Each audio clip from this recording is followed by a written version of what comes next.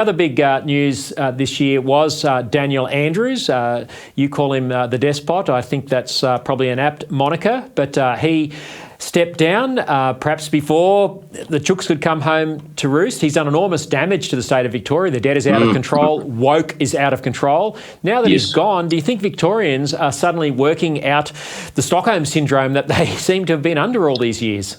Well, of course, it wasn't just the despot who left us, but we also had the bloke over in WA, McGowan, he left, and the Queenslander. Speaking of chooks coming home to roost, I mean, we've never seen anything like that. I don't think in Australian history. They've left the room, they've left the building, and we've never seen anything like that in Australian history. But in Victoria, it's going to take Victorians a very, very long time to recover from what Daniel Andrews did, because not only has he deeply affected the psyche of Victorians for the worse, he's impacted the way kids think, school kids in particular, who are basically locked out of their classrooms for the best part of 2 years, just horrifying.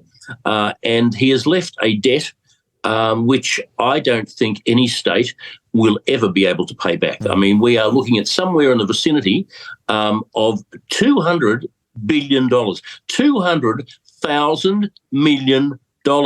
Now, how anybody can spend that sort of money without actually achieving much, I don't know.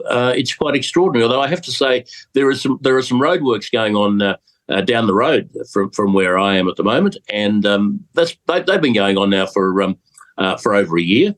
I'm not sure when they're going to finish, but I tell you what, they are totally committed. These blokes, they are, and women too, I might say, are totally committed to keeping themselves in a job for as long as they possibly can. And it is, and in fact, all they're doing is relocating a bottleneck.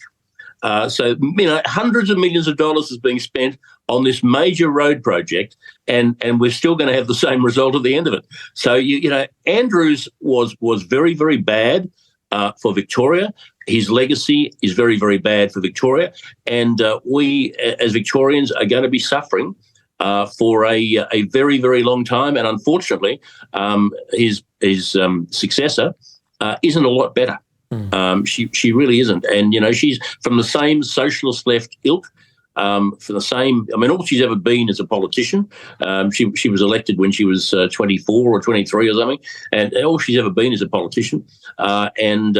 She has no feeling for real people. She has no feeling for what's going on in the suburbs or rural communities, and that I think is a tragedy for Victoria.